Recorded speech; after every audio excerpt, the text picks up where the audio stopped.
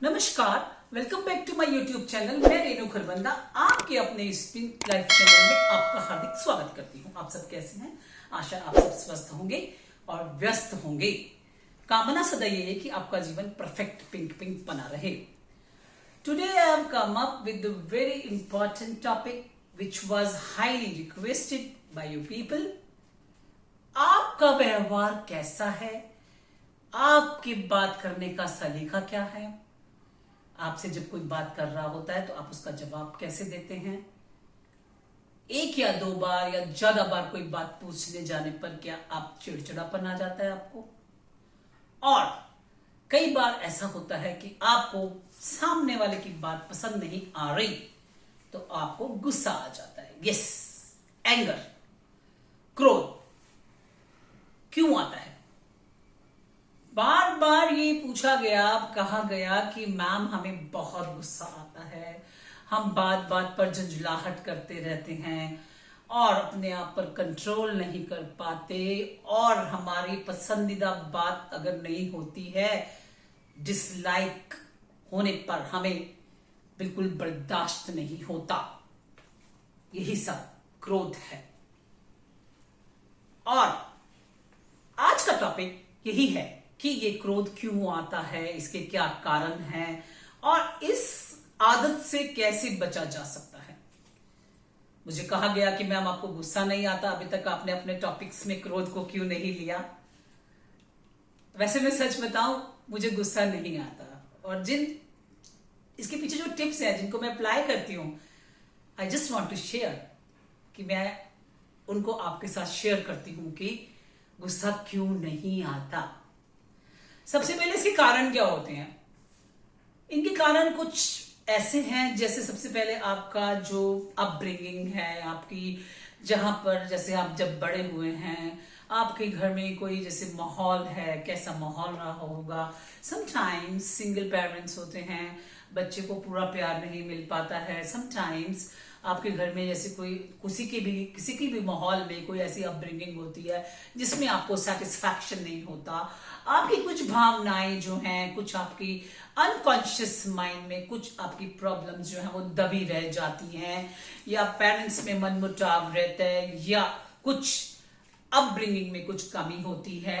तो वो जो आपके अनकॉन्शियस माइंड में जो आपके कुछ प्रॉब्लम्स दबी हुई हैं या कुछ कॉन्फ्लिक्ट्स कह सकते हैं, वो आगे चलकर बड़ा रूप धारण करते रहते हैं, और उसका जो परिणाम निकलता है वो आता है क्रोध। जैसे ही आपको लगता है कि सामने वाला व्यक्ति ये बात कर रहा है, आपको पसंद नहीं आती है, तो उसके बदले में आपको क्रोध आना शुरू, गुस्सा आना शुरू हो जाता है, और आप अपनी उन दबी हुई भावनाओं को फिर से निकालना शुरू कर देते हैं, क्योंकि कहीं ना कहीं उन्होंने अपनी छाप छोड़ रखी है। वातावरण कैसा है आपके आसपास का? बच्चे के ऊपर सबसे बड़ी बात, आसपास के वातावरण का बहुत प्रभाव पड़ता है कि सामने वाले लोग कैसे बात कर रहे हैं, कैसे व्यवहार कर रहे हैं। और ऐसा व्यवहार देखने पर आपको पता है, वैसा देखने पर बच्चे वैसा ही बन जाते हैं। तो वातावरण के हिसाब से भी बहुत कुछ नेचर बन जाती है, और आप उसी तरह से व्यवहार करना शुरू कर देते हैं कि सामने वाले के ऊपर आपको क्रोध वैसे ही रिएक्ट करते हैं, एकदम झुंझलाहट के साथ, और एकदम। और कभी कभी ऐसा होता है, जो नेक्स्ट रीजन है कि आपके अपने कुछ सपने होते हैं, आपके अपने कुछ टारगेट्स होते हैं जो आपने रखे हुए होते हैं, तो आप उन टारगेट्स को, उन बातों को जब पूरा नहीं कर पाते हैं, सक्सेसफुल बिजनेस में जब सफलता नहीं मिल पाती है, या आपने इतने % मार्क्स लाने थे और वो मार्क्स, हो सकता है आप जितनी भी क्लासेस में पास होते चले आए हैं, अभी तक आपकी वो मनोकामना पूरी नहीं हो पाती है। आप अपनी उस झुंझलाहट में रह जाते हैं कि आपने एक टारगेट 90% का रखा था और आपके आते हैं 70। तो आप सोचते हैं ऐसा क्यों होता है, मेरे साथ ही क्यों होता है। तो धीरे धीरे जो आपके अवसाद हैं वो अपने मन में घर कर जाते हैं, और जब कभी भी आप किसी से बात करते हैं, परसेंटेज की बात होती है, तो मैं उदाहरण दे रही हूं आपको, तो आपके ऊपर एक अपना जो अंदर एक छिपा हुआ जो भाव था था कि मेरे इतने परसेंट नहीं आ पाते हैं, तो वो झुंझलाहट में या चिड़चिड़ापन में निकलने शुरू हो जाते हैं। गोल्स पूरे ना होने पर भी बहुत सारे, यानी आप अपना टारगेट, फर्म ने कुछ टारगेट दिया है आपका और वो पूरा नहीं हो पाता, तो वो भी आपकी झुंझलाहट, वो भी क्रोध का कारण ही बन जाता है। तो क्रोध के जो ये कारण है, इसमें सबसे बड़ा जो है वो आपका रोल होता है कि क्यों आपके अंदर ये भरी हुई भावनाएं क्रोध से परिपूर्ण क्यों है। समटाइम्स इंटरपर्सनल आपके रिलेशनशिप्स कैसे हैं, मान लो आप बॉस के साथ आपका रिलेशन अच्छा नहीं है, आप वहां से तो चले आते हैं, अगर चुप भी हो जाते हैं या बहस भी करके आते हैं, लेकिन फिर आप घर पर भी वही रूप धारण करते हैं, अपनी फैमिली पे भी वही छाप छोड़ते हैं, वही क्रोध करते हैं, या आपके प्रिंसिपल सर के साथ या मैम के साथ कैसा बिहेव है वो भी जब अच्छा नहीं होता या आपको गुस्सा आ जाता है, या समटाइम्स यू फील कि मेरे साथ ये ऐसा हुआ है, आपको पार्शियलिटी लग रही होती है आपकी भावना में, तो आपका ये क्रोध जो है वो आपके क्रोध के रूप में सामने निकलता है।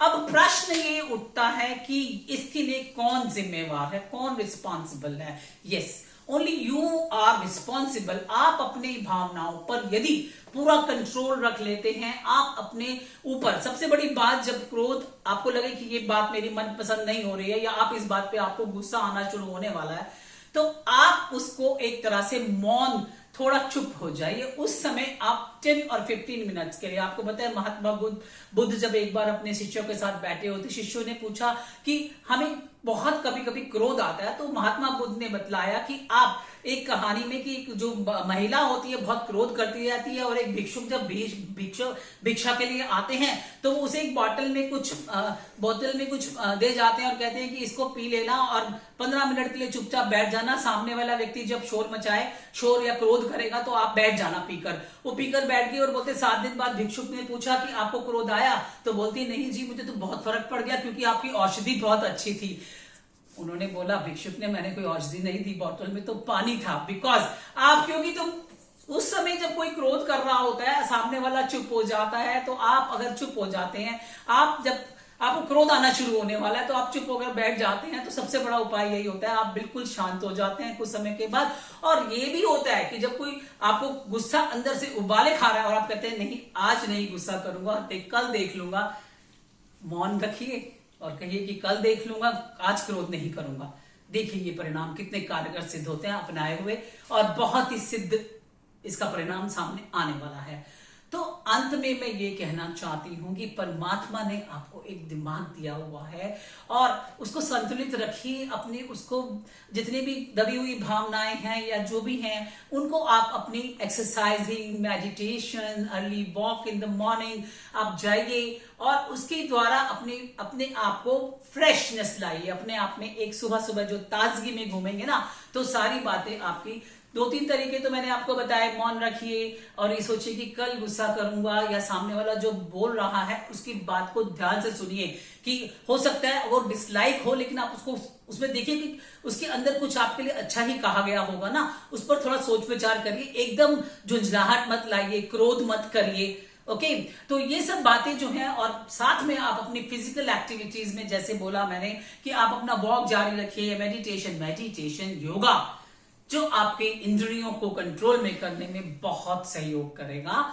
तो आप इन सब पॉइंट्स को फॉलो करते रहेंगे तो आपके परिणाम बहुत अच्छे आएंगे।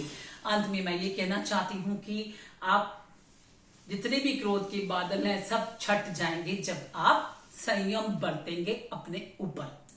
जो लोग मेरे इस चैनल से नए जुड़ रहे हैं वो इसे सब्सक्राइब करिए, लाइक करिए, शेयर करिए और बेल आइकन के बटन को प्रेस कर दीजिए, ताकि जितनी भी ज्ञानवर्धक और रोचक कहानियां जो मैं लाती रहती हूं उसमें आप एंजॉय कर सके और अपने ज्ञान में वृद्धि कर सकें।